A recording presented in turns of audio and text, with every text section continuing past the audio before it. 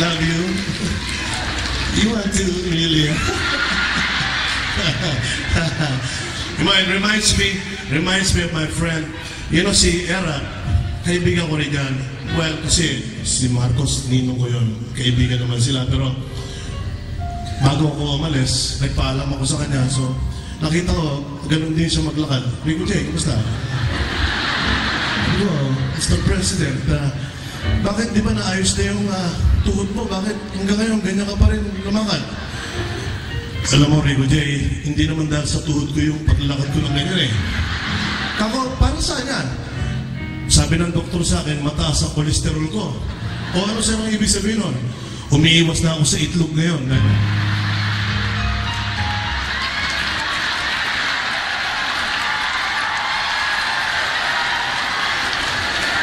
Pero Rico J, sabi niya, I still have some more examinations to undergo. Like for instance, sa kanila lang, nagpa-exam ako sa prostate cancer. Okay? May prostate cancer? Hindi, wala pa. Pero gusto ko malaman, yung pala prostate, sabi niya, yan pala yung sinusundot pala ng daliri yung puwit mo. O kako, sir, ano nangyari, sir? Aba, pinatigil ko. Kako, bakit? Hindi, pinagawa kong 2 daliri para may second opinion.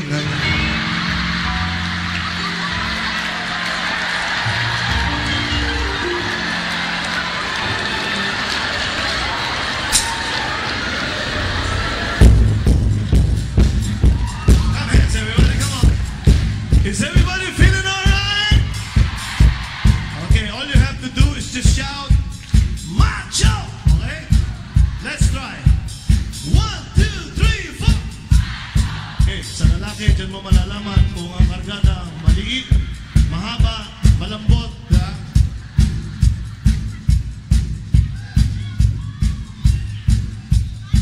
Say macho. Macho! Laki ng kanya, laki ha, laki. She your wife? She your wife? Parang mag-ama kayo, no? Okay, come on.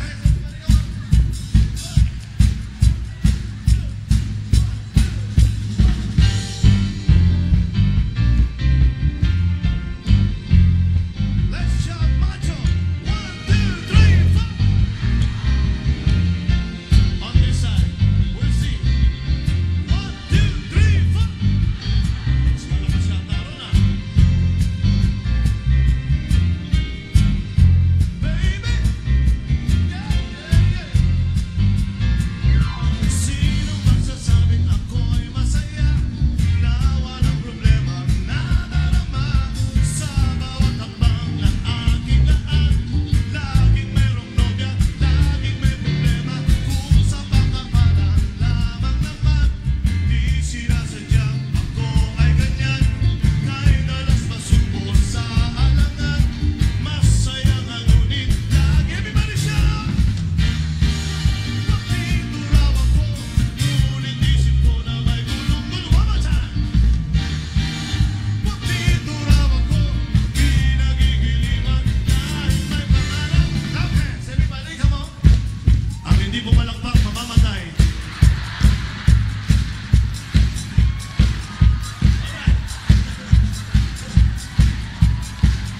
Okay, I want the ladies this time. Are you ready, ladies?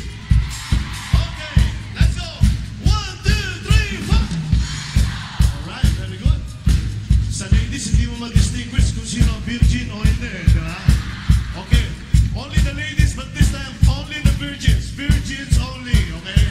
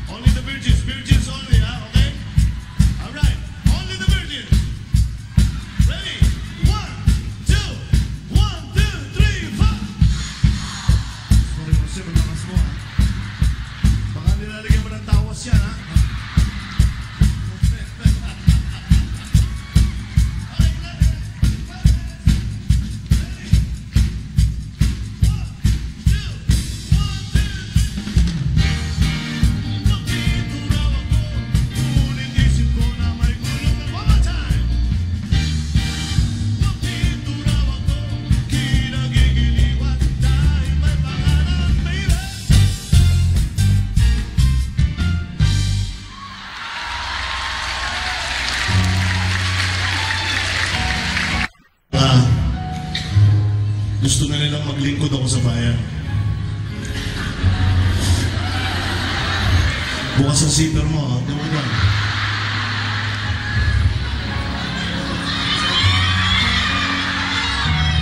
Pinuubo mo. During the 70s when I was still very, very young, I'm 35 years old. Singing. Then when I was 20 years old, naglalakad ako dyan sa may... Hindi doon, sa may Jones Bridge. Sa may Jones Bridge, iba ito eh. Nung naglalakad ako sa may Jones Bridge, nakakita ako na isang babae para magpapakamatay siya. Kasi kaya ako nalaman dahil siguro mga 19 years old yun. May tali siya rito, tapos nakatali sa maliit na bato. Parang itatapon niya yung doon sa Jones Bridge, mamamatay siya. But seeing the situation, parang sabi ko, she's not serious about doing this. So, I approach her. Sabi ko, Miss, sino ka? Sabi ko, si Rico J. May problema ka ba? Meron. Iniwan ako ng boyfriend ko. Siya naka-virgin sa akin, gusto ko na magpakamatay. Sabi ko, that's not the way to handle that, you know? I mean, bata ka pa, how old are you? 19. Sabi ko, 19 years old. Ang dami pa mangyayari sa buhay mo, di ba? Huwag ka magpakamatay. Anong gagawin ko? Sabi ko, dapat you get even lang. Paano nga ang gagawin ko? Hindi ko masya kikita. Sabi ko, total ka ako, nagiging very close na tayo. Magiganti ka. Sabi niya, paano ako magiganti? Hindi ko naman siya nakikita. Hindi mo siya kailangan makita para magiganti ka. Ano gagawin ko? Sabi ko, mag-sex tayo. Nung una, parang she was negative about it. Pero later on, sabi niya, sige, payag na ako. Parang si Candice tsaka si Michelle. Yung kaibigan ko yun. Sige na ako, payag. Sabi niya, payag na ako. So, bumaba kami niyan, bumaba kami sa may bandang Umping. Santa Cruz. Nakakita ko ng motel doon. Ang pangalan ng motel, Hengwa Motel. 30 pesos pag walang electric fan, 35 pag meron. Parang galing ka naman lang. Doon ako sa 30. Tapos sabi ko, sige, para malinis ang pag-iiganti natin, maligo muna tayo, mag-shower tayo. So nag-shower kami, shower lahat tayo, everything natin. Then we went inside the room, nakatawel lang kami pareho. Tapos sabi ko sa kanya, sige, umpisahan mo na ang pag-iiganti mo. So tinanggal ko yung towel, nagiganti kami, niganti ko siya. Mga 1 hour kami nagiganti. Sige, 1 hour yun. 1 hour nagiganti. Pagkatapos nun, bumalikwas ako siya rin. Nagano siya. After, ako nanigarilyo ako para nakatulong ako sa kapwa ko. Maya-maya, hinawakan niya yung kamay ko kako, bakit?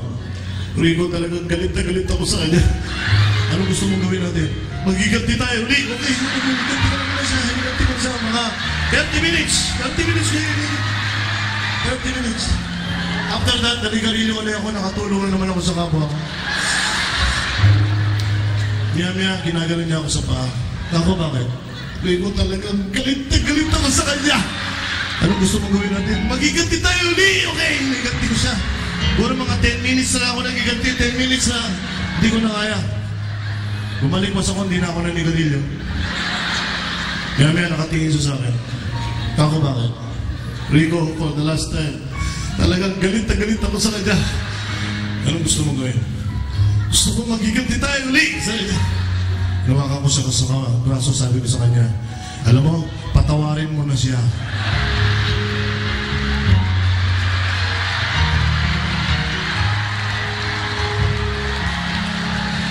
Gusto mo magiganti ko na mag-isa.